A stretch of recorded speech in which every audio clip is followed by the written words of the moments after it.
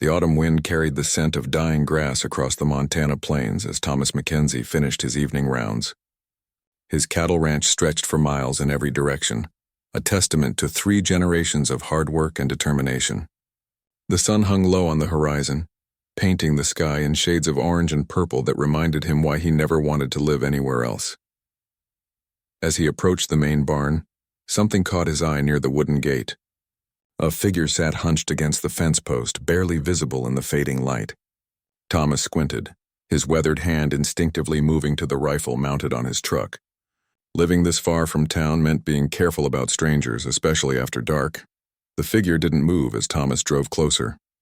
It was a young man, maybe 17 or 18 years old, with long black hair and dark skin that marked him as Native American. His clothes were torn and dirty, hanging loose on his thin frame. The boy's eyes were closed, his head tilted back against the post in exhaustion. Thomas killed the engine and stepped out slowly. He had seen poverty before, but something about this kid struck him differently. The boy's cheekbones jutted sharply from his face, and his breathing was shallow and labored. This wasn't just tired. This was someone who hadn't eaten in days. "Hey there, son," Thomas called out gently, not wanting to startle him. "You all right?" The young man's eyes fluttered open, revealing dark brown irises that seemed to hold both fear and resignation. He tried to stand but swayed dangerously. Catching himself against the fence, Thomas noticed the boy's hands were shaking, not from cold but from weakness. "I'm sorry, sir," the youth said in a voice barely above a whisper. "I was just resting." "I'll move along." Thomas studied the stranger's face. There was pride there, even in his weakened state. This wasn't someone looking for handouts or causing trouble. This was someone who had been dealt a bad hand and was trying to survive with dignity intact. "When's the last time you ate something?" Thomas asked, his tone softer now. The boy hesitated, clearly debating whether to answer honestly. "Few days," he finally admitted, looking down at his worn boots. Thomas made a decision that would change both their lives forever. "Come on up to the house," he said, gesturing toward the warm lights visible in the distance. "My wife Sarah's got beef stew on the stove, and there's plenty to go around." The young man shook his head weakly. "I don't want charity, sir. I can work for food." "Who said anything about charity?" Thomas replied with a slight smile. "Man's got to eat before he can work. You help me with morning chores, and we'll call it even." For a moment, the boy just stared at him as if trying to determine whether this was real or some kind of trick. Finally, he nodded slowly and pushed himself away from the fence. He took 2 steps before his legs gave out completely. Thomas caught him before he hit the ground, surprised by how light the kid was. "Easy there, son. When did you say you last ate?" "Tuesday, I think," the boy mumbled against Thomas's shoulder. Thomas looked at his watch. It was Friday evening. This kid had been surviving on nothing but willpower for 3 days. "What's your name?" he asked as he helped the youth toward his truck. "Joseph," the boy answered.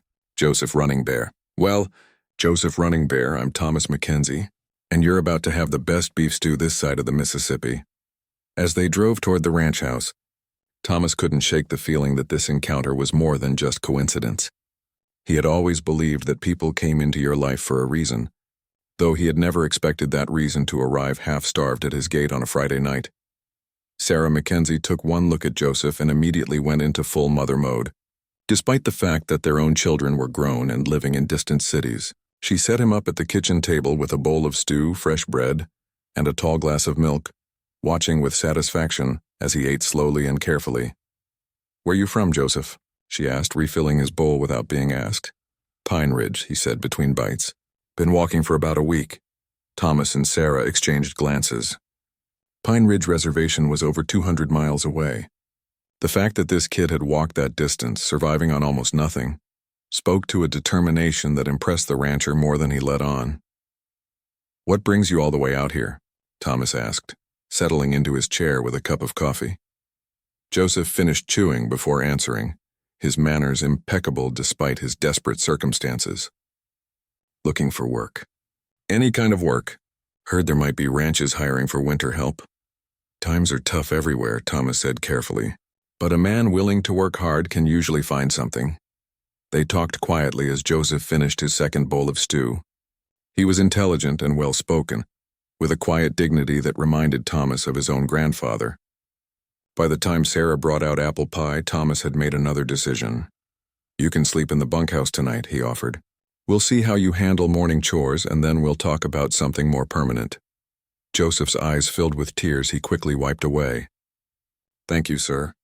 I won't let you down. As Thomas walked Joseph out to the bunkhouse, the older man noticed how the young man's posture had straightened with the food in his belly. There was strength here, and pride, and something else that Thomas couldn't quite identify but respected nonetheless. Get some rest, Thomas said, handing Joseph a clean blanket. We start early around here. Mr. Mackenzie, Joseph called as Thomas turned to leave. Why did you help me? Most people wouldn't have stopped. Thomas paused at the door, considering the question. Maybe because someone helped me once when I needed it most, he said finally. Sometimes kindness is just meant to keep moving forward. As he walked back to the house under a sky now brilliant with stars, Thomas had no idea that his simple act of compassion had set in motion events that would test everything he believed about justice, friendship, and the power of doing what's right. Dawn broke cold and clear across the Montana landscape, and Thomas found Joseph already awake in the bunkhouse, sitting on the edge of the narrow bed and staring out the small window. The young man had folded the blanket neatly and was putting on his worn boots when Thomas knocked on the doorframe. Morning, Joseph. How'd you sleep? Better than I have in weeks, sir. Thank you. Thomas noticed that Joseph moved differently now, still careful but with more energy. A good meal and a warm place to sleep had worked wonders, but there was something else in the young man's bearing this morning. A tension that hadn't been there the night before. They walked together toward the barn, their breath visible in the crisp air. Thomas began explaining the morning routine, feeding the cattle, checking water troughs, and inspecting the fence line for damage. Joseph listened intently, asking thoughtful questions that revealed he understood more about ranch work than his city clothes might suggest. You've done this before, Thomas observed as Joseph efficiently distributed hay to the cattle. My grandfather had a small ranch before he lost it, Joseph replied quietly. Taught me everything he could before he died. They worked in comfortable silence for the next hour. Joseph proved to be not just willing but genuinely skilled, handling the cattle with a natural ease that impressed Thomas. The older man found himself relaxing, thinking that maybe he had found not just a helper but someone who truly understood the work. It was when they were repairing a section of fence that Joseph finally spoke about why he had really come so far from home. Mr. Mackenzie, he said, setting down his hammer and looking directly at the older man. I need to tell you something. I wasn't completely honest last night. Thomas stopped working and gave Joseph his full attention. Something in the young man's tone suggested this was important. I am looking for work, Joseph continued. But that's not the only reason I'm here. I'm also running from something. Thomas kept his expression neutral, though his mind immediately went to various possibilities. What kind of something? Joseph took a deep breath. 3 weeks ago, my cousin Marcus was arrested for stealing cattle from a ranch about 50 miles east of here. Problem is, Marcus was with me in South Dakota when those cattle were supposedly stolen. We were at a funeral for our great-aunt. Did you tell the sheriff this? I tried, Joseph said, his voice carrying a bitter edge. Sheriff Hawkins didn't want to hear it. Said my word wasn't worth much and that Indians stick together no matter what. Marcus is sitting in jail right now, waiting for trial. Thomas felt a familiar anger rising in his chest. He had heard stories like this before, though he had hoped things had changed more than they apparently had. What's this got to do with you running? The night after I talked to Sheriff Hawkins, someone threw a brick through my trailer window with a note attached. Told me to keep my mouth shut or I'd end up worse than Marcus. Joseph picked up his hammer again, gripping it tightly. I decided to leave Pine Ridge and come look for the real thieves myself. That's dangerous thinking, son. If someone's threatening you, you should go to the FBI or state police. Joseph let out a humorless laugh. Mr. Mackenzie, with respect, you don't understand how things work when you're Native American and poor. The FBI will take a report and file it away. Meanwhile, Marcus sits in jail for something he didn't do, and whoever really stole those cattle gets away clean. Thomas studied Joseph's face and saw determination mixed with a pain that came from experiencing injustice firsthand. So what's your plan?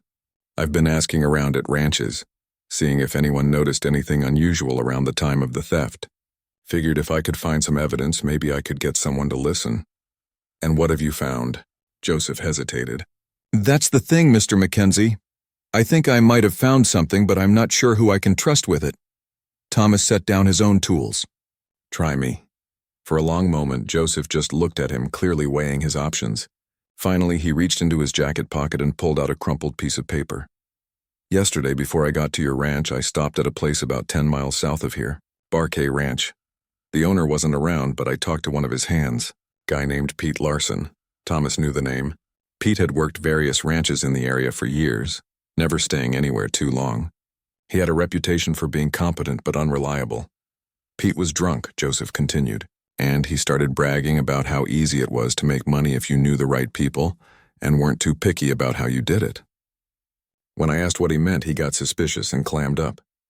But not before he mentioned something about cattle that walked themselves to new pastures. Thomas frowned. That could mean anything. Maybe. But then Pete started talking about some Indian kid who was going to take the fall for other people's work and how it served them right. Joseph's jaw tightened. When I pressed him for details, he sobered up real quick and told me to get off the property. You think Pete Larson and maybe others are stealing cattle and letting Marcus take the blame? I think it's possible. But I've got no proof, and like you said, my word doesn't carry much weight around here.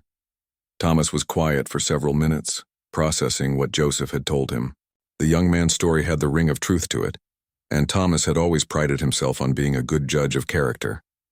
More than that, he knew the kind of casual racism that still existed in rural areas, and he could easily imagine Sheriff Hawkins dismissing Joseph's testimony without proper investigation. Joseph, he said finally, how long does Marcus have before his trial? 2 weeks, maybe 3. His public defender isn't fighting very hard. Thomas made a decision that would soon put both of them in danger. I know Sheriff Hawkins. He's lazy and set in his ways, but he's not corrupt. If we can find real evidence of who's been stealing cattle, he'll have to listen. We? Joseph asked, surprise evident in his voice. Son, I've been ranching in this area for 30 years. I know every spread within 100 miles.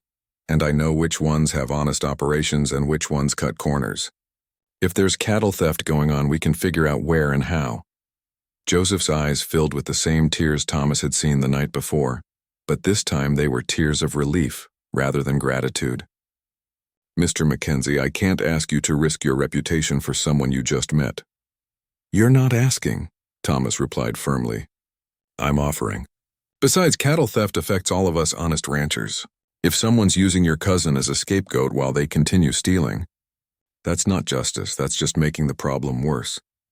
As they shook hands on their informal partnership, neither man noticed the figure watching them from the ridgeline half a mile away, or the fact that their conversation had been observed through high-powered binoculars. By evening, word would begin to spread through certain circles that Thomas Mackenzie was asking questions about missing cattle and showing an unusual interest in the case of Marcus, Running Bear. The simple act of helping a hungry young man was about to become something much more complicated and dangerous than either of them could have imagined. Over the next 3 days, Thomas and Joseph developed a routine that looked perfectly normal to any outside observer. They worked the ranch during daylight hours, with Joseph proving himself to be everything Thomas had hoped for in a ranch hand. But in the evenings, they pursued their real mission. Thomas used his connections and reputation to visit neighboring ranches, ostensibly checking on old friends and discussing cattle prices. Joseph stayed in the background during these visits, observing and listening while Thomas asked casual questions about recent livestock losses and security concerns. What they discovered painted a troubling picture.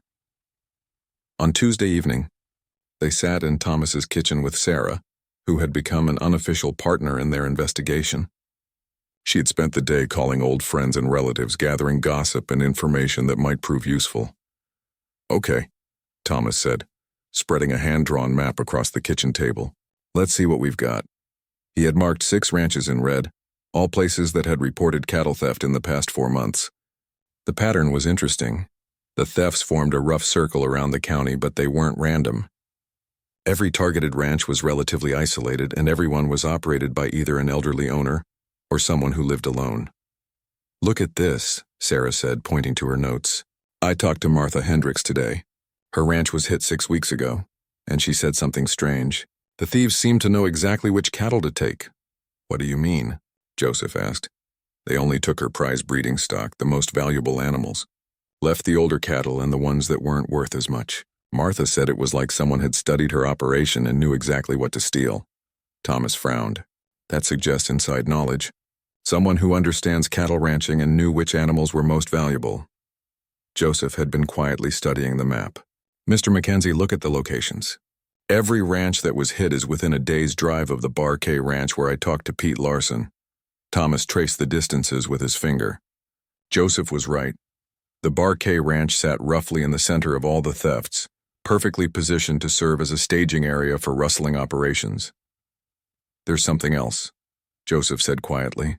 I've been thinking about what Pete said about cattle that walked themselves to new pastures. What if they're not stealing cattle and trucking them away immediately? What if they're moving them to temporary holding areas first? Sarah looked up from her notes. Like where? Remote pastures. Places where stolen cattle could graze for a few weeks while the heat died down, then be moved again when it was safe. Thomas felt pieces clicking into place in his mind. That would explain how they could steal cattle without anyone noticing large trucks or trailers in the area, immediately after the thefts.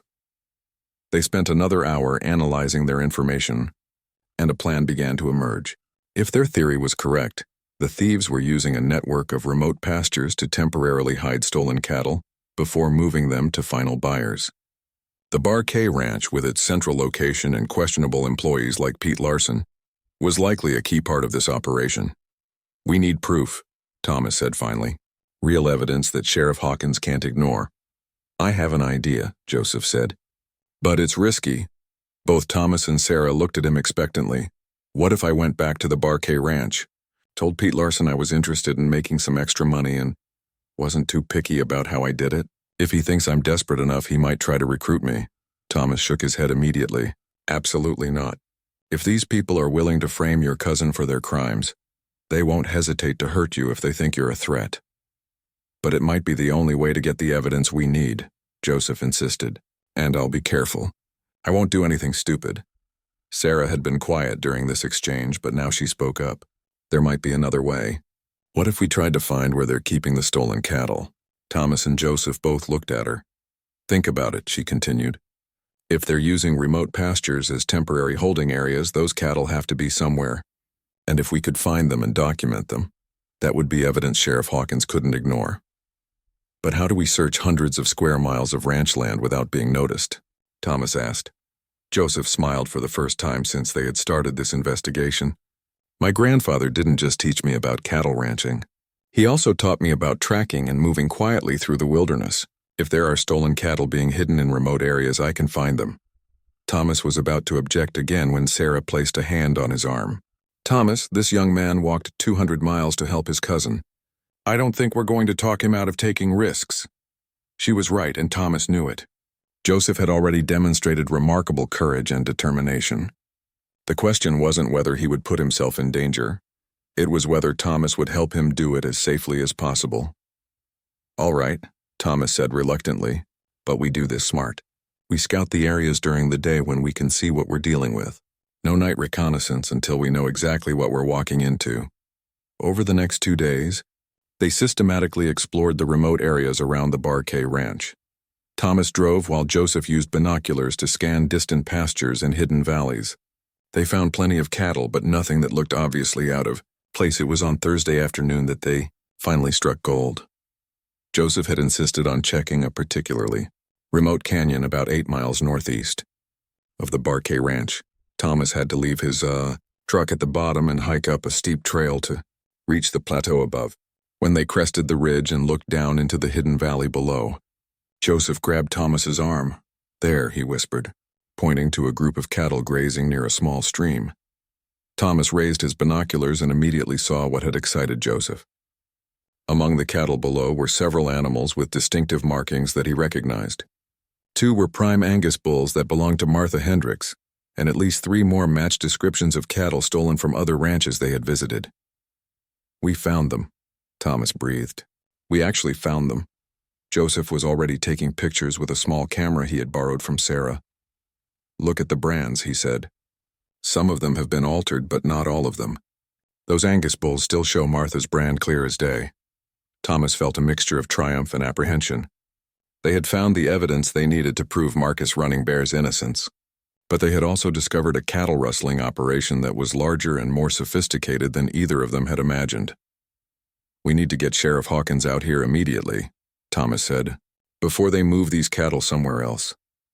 But as they prepared to leave the ridge, Joseph spotted something that made his blood run cold. A familiar figure was riding toward the hidden pasture from the south. Pete Larson, and he wasn't alone. 3 other men accompanied him, and all of them were armed. "Mr. Mackenzie," Joseph whispered urgently, "I think we may have been followed." Thomas raised his binoculars again and cursed under his breath. Pete Larson was dismounting near the stolen cattle, but he wasn't looking at the animals. He was looking directly up at the ridge where Thomas and Joseph were hiding. Their investigation had just become a race for survival. "We need to get out of here right now," Thomas whispered, grabbing Joseph's arm and pulling him back from the ridgeline. They moved as quickly and quietly as possible down the steep trail, but Thomas knew it was probably too late. If Pete Larson and his men had spotted them, there was only one way out of the canyon, and it led directly past the hidden pasture where the rustlers were gathered. When they reached Thomas's truck, Joseph immediately noticed fresh tire tracks in the dirt beside it. "Someone's been here," he said grimly. Thomas checked under the hood and found what he feared most. His distributor cap was missing. The truck wasn't going anywhere without it. They planned this, Thomas realized. They've been watching us, waiting for us to find the cattle so they could trap us here. Joseph was already studying the surrounding terrain. The canyon walls rose steeply on 3 sides, leaving only one narrow exit that was now certainly being watched. They were trapped with nowhere to run. "How many bullets do you have?" Joseph asked, noting the rifle Thomas had brought from the truck. 12 in the magazine, maybe another 20 in the box behind the seat. "You know how to shoot?" "My grandfather taught me. But Mr. Mackenzie, we can't win a gunfight against 4 men. We need another plan." Before Thomas could respond, they heard the sound of horses approaching from the direction of the hidden pasture. Pete Larson's voice echoed off the canyon walls as he called out to them. "Mackenzie, we know you're down there. Come out where we can see you and maybe we can work something out." Thomas and Joseph exchanged glances. They both knew that working something out with cattle rustlers was unlikely to end well for them. "What do you want, Larson?" Thomas called back, stalling for time while he tried to think of options.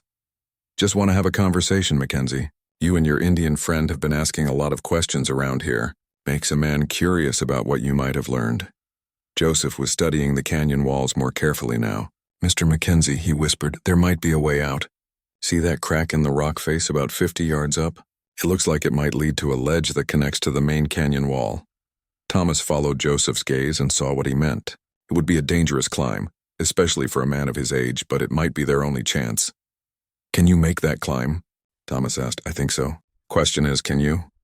Thomas had been ranching in Montana for 30 years, and that meant he had climbed his share of difficult terrain chasing stray cattle. "I can make it." "But what about them?" He gestured toward the approaching riders. "We make them think we're still down here," Joseph said. "You start that climb while I keep them talking. Once you're high enough to get a clear shot, you can cover me while I follow." It was a risky plan, but Thomas couldn't think of a better one. He handed Joseph the rifle and pulled his pistol from his belt. "You're a better shot with the long gun. Just remember, once this starts, there's no going back." Joseph checked the rifle's action with practiced ease. "Mr. Mackenzie, before we do this, I want you to know something. Whatever happens here, you've already done more for me and my cousin than anyone had a right to expect. If we don't make it out, at least Marcus will know someone believed in his innocence." "We're going to make it out," Thomas said firmly, "and Marcus is going to walk free. That's a promise." Thomas began his climb toward the crack in the canyon wall, moving as quietly as possible while Joseph positioned himself behind the truck. The approaching riders were still calling out, trying to get them to show themselves. "Mackenzie!" Pete Larson's voice was closer now. "You're just making this harder on yourself. All we want is the film from that camera, and then we can all go our separate ways."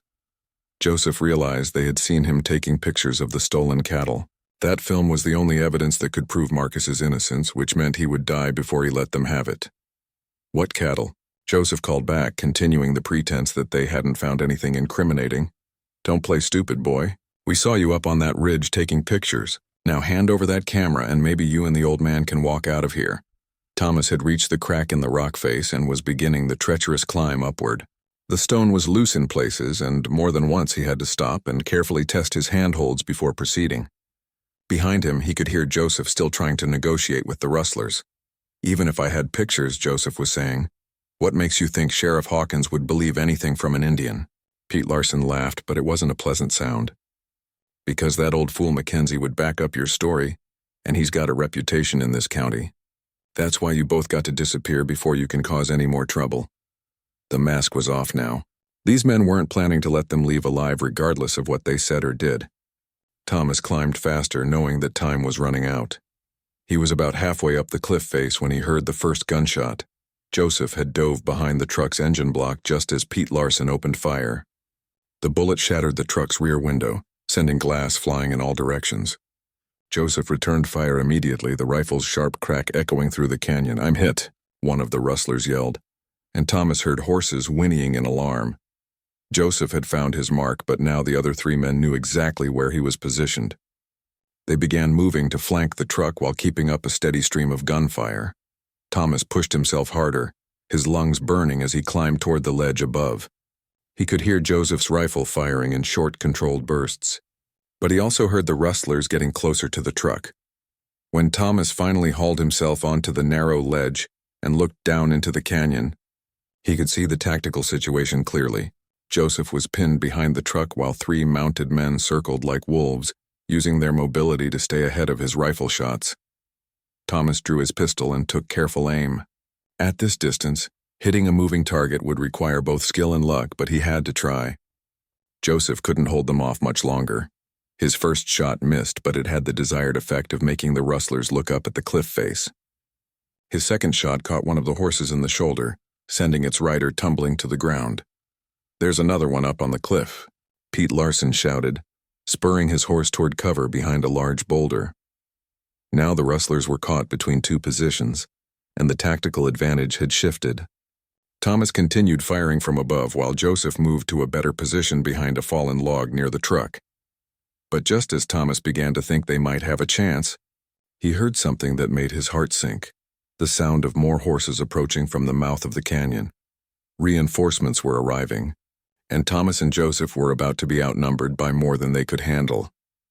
Thomas counted at least 6 new riders entering the canyon, and his heart sank as he realized the impossible odds they now faced.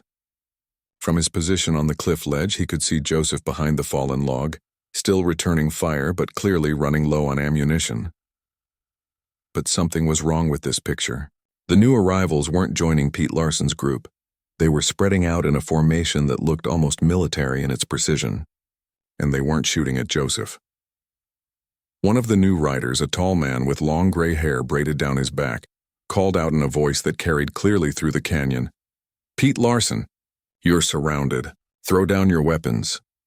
Thomas watched in amazement as Pete and his remaining men found themselves caught between Joseph's position, Thomas's cliffside perch, and 6 new riders who had clearly not come to help the rustlers. "Who the hell are you?" Pete shouted back, his voice cracking with panic. "Robert Running Bear," the gray-haired man replied calmly. "And these are my nephews. We're here for the boy." Thomas realized he was witnessing something extraordinary. Joseph's family had somehow tracked him down and arrived just in time to turn the tide of the battle. Joseph emerged from behind the log, his rifle still ready but pointed safely downward. "Uncle Robert? How did you find me?" "Your grandmother had a vision 3 nights ago. Said you were in danger and needed help. We've been tracking you since yesterday morning."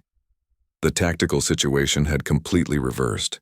Pete Larson and his 2 remaining men were now outnumbered 3-1, with hostile forces on multiple sides and no clear escape route. "This is none of your business." "Indian," Pete snarled, but the fight had gone out of his voice. "This is between us and Mackenzie." Robert Running Bear dismounted from his horse with fluid grace despite his apparent age. "When you threaten my nephew, it becomes my business. When you frame my other nephew for crimes he didn't commit, it becomes my family's business." Thomas began climbing down from the cliff ledge, knowing the immediate danger had passed. As he descended, he could hear Robert Running Bear speaking to Pete Larson in a tone that was calm, but carried unmistakable authority. "Here's what's going to happen," Robert said. "You're going to put down your weapons. Then you're going to explain to Sheriff Hawkins exactly how you've been stealing cattle and letting Marcus Running Bear take the blame. You can't prove anything, Pete said, but his voice lacked conviction. Joseph held up the small camera. We have pictures of stolen cattle in that hidden pasture. Cattle with brands that match animals reported stolen from 6 different ranches. One of Pete's companions, apparently deciding that loyalty had its limits, threw down his rifle. I'm done with this, he announced. Pete, you said this was going to be easy money. You didn't say anything about shootouts and murder. Shut up, Danny, Pete hissed. But the damage was done. Robert Running Bear stepped closer to Pete, and Thomas noticed that despite his gray hair, the man moved with the controlled power of someone much younger.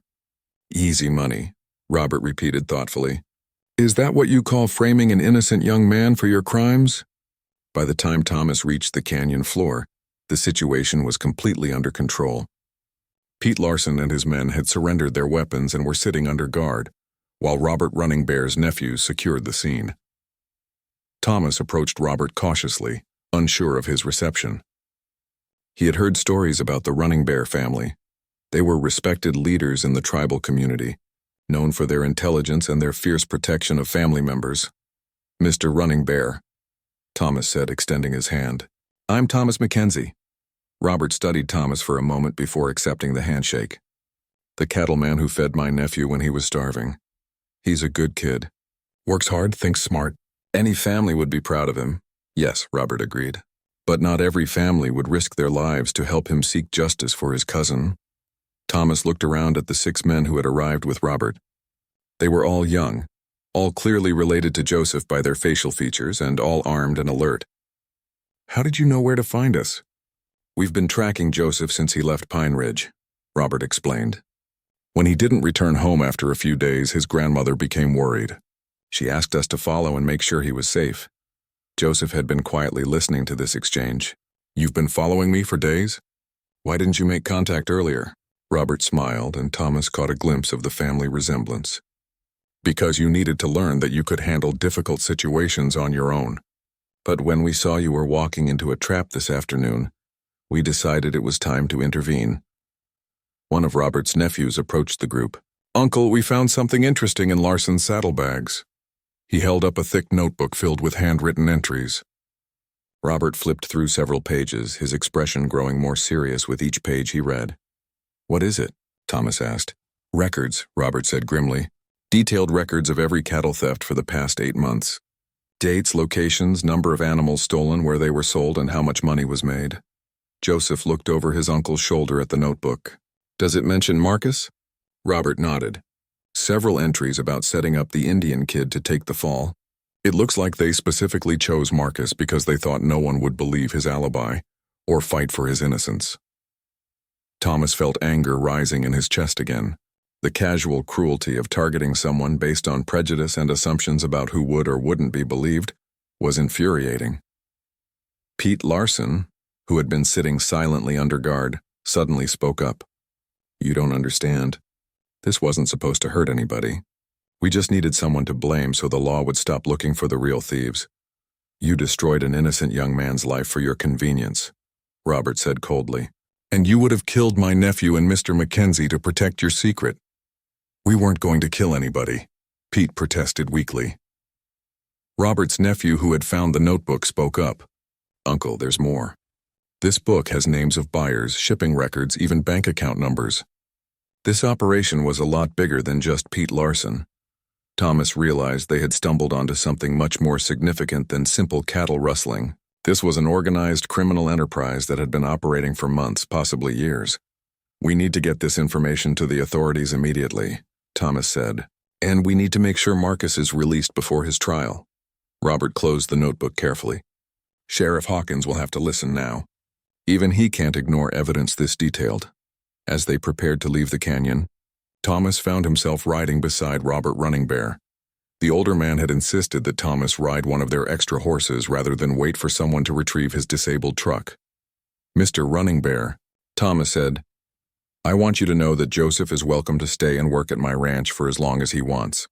He's proven himself to be both capable and trustworthy. Robert nodded appreciatively. That's generous of you. But I suspect Joseph will want to return home once his cousin is freed. Our people need young men like him. Men who are willing to stand up for what's right even when it's dangerous. He'll always have a place with us if he changes his mind, Thomas said. "Your nephew saved my life today. I won't forget that." "From what I understand," Robert replied with a slight smile, "you saved his life first by feeding him when he was starving. In our tradition, that creates a bond between families." As they rode out of the canyon toward town, Thomas reflected on how dramatically his life had changed in just 1 week. A simple act of kindness toward a hungry stranger had led to uncovering a criminal conspiracy, fighting for his life, and forging an unlikely alliance with people he might never have otherwise met. Behind them, Pete Larson and his accomplices rode under guard, their criminal enterprise finally exposed. Ahead lay the task of convincing Sheriff Hawkins to reopen Marcus Running Bear's case and ensuring that justice was finally served. But Thomas had learned something important during this week. Sometimes doing the right thing requires more than just good intentions. Sometimes it requires courage, sacrifice, and the willingness to stand beside people others might dismiss or ignore. As the setting sun painted the Montana sky in brilliant shades of orange and gold, Thomas knew that whatever challenges lay ahead, he wouldn't face them alone. Sheriff Bill Hawkins sat behind his desk, staring at the evidence spread before him with the expression of a man who wished he were anywhere else.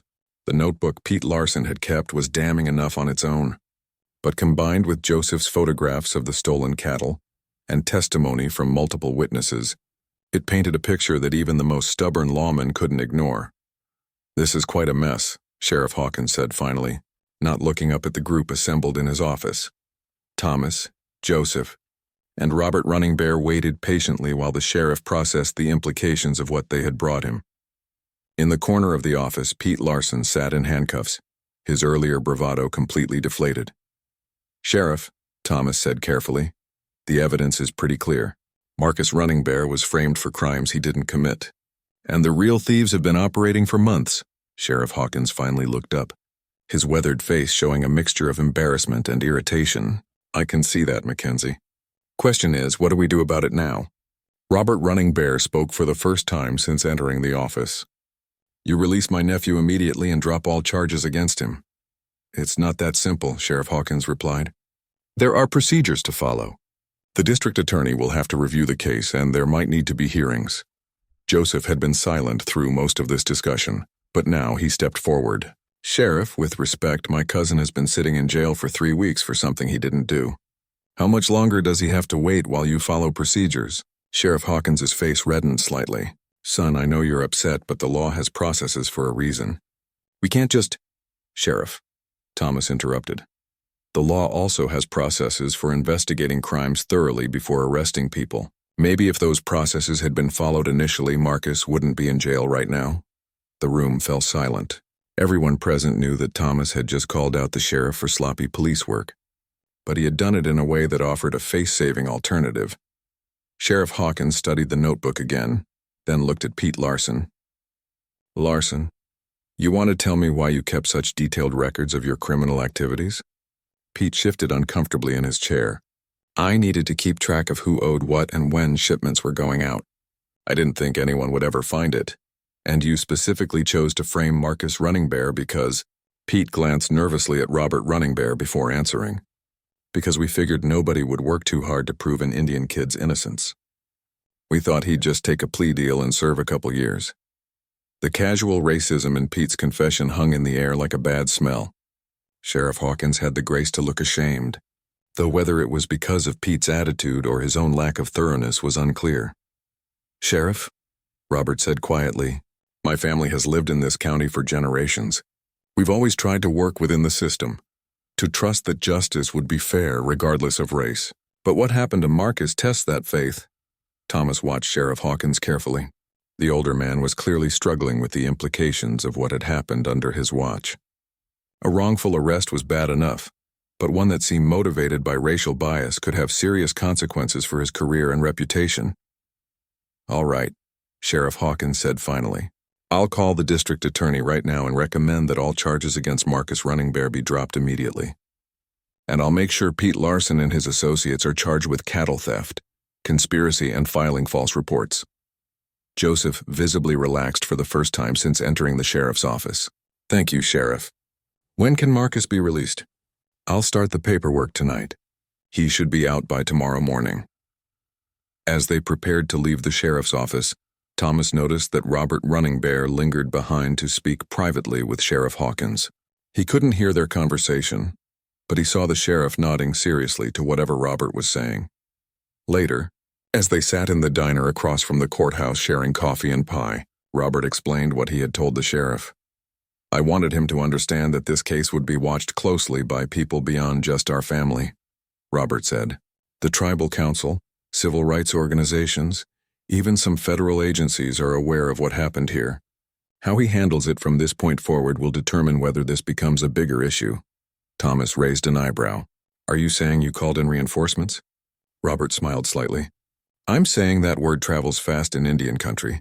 When one of our young people is treated unjustly, Sheriff Hawkins needed to understand that Marcus's case isn't just a local matter anymore." Joseph had been quiet since leaving the sheriff's office, apparently lost in thought. Finally, he looked up at his uncle.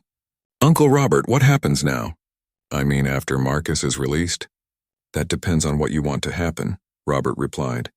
"You've proven that you can handle yourself in difficult situations. You've also shown that you're willing to fight for justice even when it's dangerous. Those are valuable qualities." Thomas understood the subtext of Robert's words. Joseph had demonstrated leadership potential that his family and community would want to cultivate and use.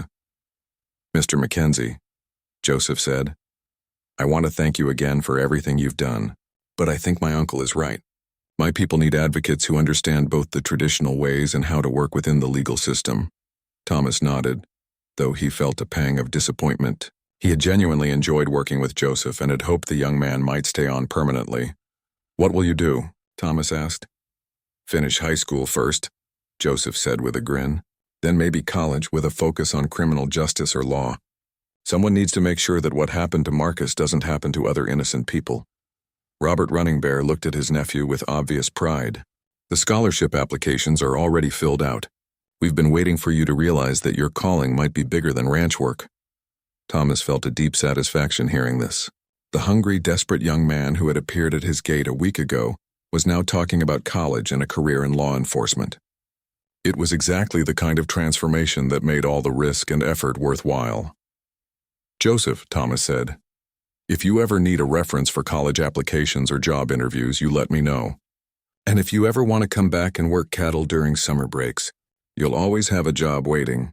As they finished their coffee and prepared to part ways, Thomas reflected on how this experience had changed his own perspective. He had always considered himself a fair-minded person, but he had never fully understood how prejudice and lazy assumptions could corrupt the justice system. Tomorrow, Marcus Running Bear would walk free, and Pete Larson would face the consequences of his crimes. It was a good outcome, but Thomas knew that the larger issues this case had revealed, racism, sloppy police work, and the vulnerability of people without power or connections, would require ongoing vigilance to address. Still, for tonight, justice had prevailed, and an innocent young man would soon be reunited with his family. Sometimes, Thomas thought, that was enough to restore your faith in doing the right thing. The eastern sky was just beginning to show the first hints of dawn when Thomas heard the sound he had been expecting. Over the ridge that bordered his ranch, silhouetted against the pale morning light, came a line of riders moving in single file toward his barn. Thomas stepped out onto his front porch, coffee cup in hand, and watched as the procession approached. There were more than he had anticipated, at least 200 men, women and older children all on horseback, moving with the quiet dignity that seemed to characterize everything the Running Bear family did. Robert Running Bear rode at the front of the group, and beside him was a young man Thomas recognized even at a distance. Marcus Running Bear had been released from jail the previous afternoon, and this early morning gathering was clearly some kind of ceremony or celebration. Sarah appeared beside Thomas on the porch, wrapping a shawl around her shoulders against the cool morning air. "My goodness," she whispered. "It looks like the entire reservation came to thank you." As the riders drew closer, Thomas could see that they carried no weapons and showed no signs of hostility. Instead, many of them bore gifts, blankets, pottery, beadwork, and other items that spoke of craftsmanship and cultural significance. The procession stopped about 50 yards from the barn, and Robert Running Bear dismounted. He walked forward alone until he was close enough to speak in a normal voice. "Thomas Mackenzie," Robert called out. My people have come to honor you. Will you hear what we have to say? Thomas set down his coffee cup and walked out to meet Robert. Behind him, he could hear Sarah going back into the house, probably to start making coffee for what was clearly going to be a memorable morning. "Mr. Running Bear," Thomas said, "you honor me with your presence, but this really isn't necessary." "I just did what anyone should have done," Robert smiled. "That's exactly why it is necessary, because very few people would have done what you did, and fewer still would have risked their lives to see justice done." Marcus Running Bear had dismounted and was walking toward them. Thomas was struck by how much the young man resembled his cousin Joseph. The same intelligent eyes, the same quiet dignity, the same sense of inner strength that had impressed Thomas from the beginning. "Mr. Mackenzie," Marcus said, extending his hand, "I can never repay what you've done for me. 3 weeks ago I thought my life was over. Today I'm free because you and my cousin were willing to fight for the truth." Thomas shook Marcus's hand firmly. "Your cousin did most of the work. I just provided transportation and backup." "You provided much more than that," Robert said. "You provided something that our people don't always receive. From the white community. The assumption that we were telling the truth and deserved justice." An elderly woman had dismounted and was approaching the group. Robert introduced her as his mother, the tribal matriarch who had sent the family to find Joseph when her visions warned of danger. "This is Grandmother Running Bear," Robert said with deep respect. She wanted to meet the man who fed her great-grandson when he was hungry. The elderly woman studied Thomas with sharp, intelligent eyes that reminded him of Joseph's. When she spoke, her voice carried the authority of someone accustomed to being listened to. "In our tradition," she said, "when someone saves a member of our family, they become part of our family. You are no longer just Thomas Mackenzie the cattleman. You are Thomas Mackenzie, friend of the Running Bear clan." She handed Thomas a beautifully crafted leather pouch decorated with intricate beadwork. "This contains sacred tobacco and herbs. As long as you carry this, you will be welcome in any home of our people, and any member of our clan will come to your aid if you call for help." Thomas was genuinely moved by the gesture and the formal recognition it represented. "Grandmother, I'm honored, but I hope you know that what I did wasn't about earning rewards or recognition. It was just about doing what was right." The old woman smiled. "Yes, we know. That's why the gesture has meaning." As the formal presentations continued, Thomas became aware of the broader significance of what was happening. This wasn't just a thank you visit. It was a bridge-building ceremony that would link his family and the Running Bear clan for generations to come. Joseph appeared at his uncle's side. Having ridden with the group from the reservation, he looked different, more confident, more mature than he had just a few days earlier. "Mr. Mackenzie," Joseph said, "I wanted to tell you that I've been accepted to the state university. I start classes in the fall." "That's wonderful news, Joseph. What will you study?" "Criminal justice with a minor in business administration. I figure if I'm going to help my people navigate the legal system, I should understand both law enforcement and how to run organizations effectively." Thomas nodded approvingly. "Smart thinking. And remember, that summer job offer is always open if you need work during school breaks." As the morning progressed, Thomas found himself in conversations with dozens of tribal members. Some shared stories of their own encounters with prejudice and injustice. Others talked about their hopes for their children and grandchildren. All of them expressed gratitude for what Thomas had done, but more importantly, they expressed hope that his actions represented a changing attitude in the broader community. Sarah had indeed started making coffee, and with the help of several tribal women, she managed to provide refreshments for the entire gathering. Thomas watched his wife laughing and sharing recipes with women she had never met before, and he realized that this morning was changing her perspective as much as it was changing his own.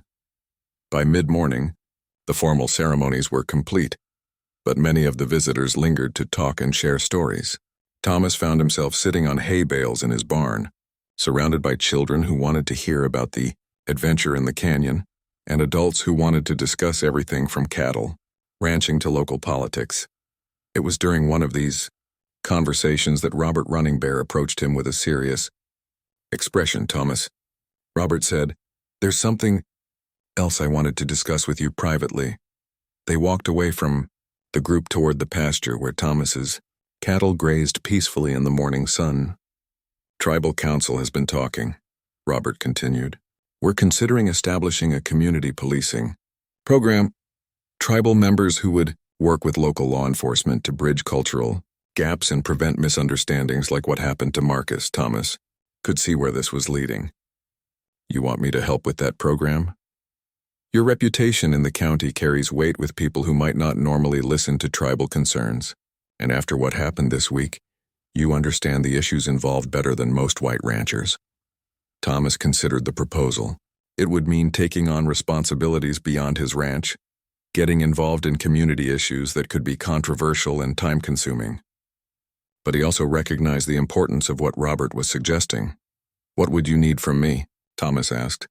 Mostly just your voice when we need someone to vouch for the program's legitimacy. Maybe help us organize meetings with other ranchers, serve on an advisory board, that sort of thing. Thomas extended his hand to Robert. Count me in. After this week, I understand that staying silent about injustice is the same as supporting it. As the tribal members began preparing to leave, Thomas realized that his life had been permanently changed by the decision to help a hungry stranger. He was no longer just a cattleman trying to run a successful ranch. He was now part of a larger community with responsibilities that extended beyond his property lines. The last to leave were the Running Bear family members. Joseph shook Thomas's hand one final time before mounting his horse.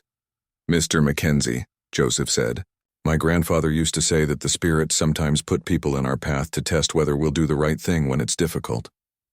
Thank you for passing the test. As Thomas watched the riders disappear over the ridge, heading back toward the reservation, he reflected on the events of the past week. A simple act of kindness, feeding a hungry young man, had led to uncovering criminal activity, fighting for justice, and forging relationships that would last for generations. Sarah joined him on the porch as the last of the dust settled. Quite a morning, she observed. Quite a week, Thomas replied. I have a feeling things are going to be different around here from now on. Different how?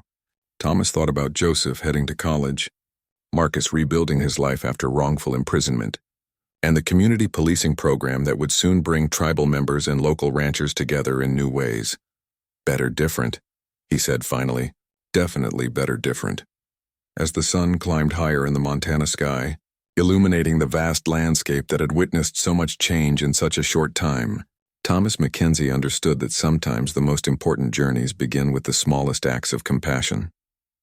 The young man who had appeared at his gate hungry and desperate had not just received help, he had given it, teaching an older rancher that true strength comes from standing up for what's right, regardless of the personal cost. The circle of kindness that had begun with a bowl of beef stew had grown into something far larger and more meaningful than either man could have imagined. And in the growing light of the new day, both the giver and the receiver of that first simple act of compassion could see clearly that their lives had been forever changed for the better.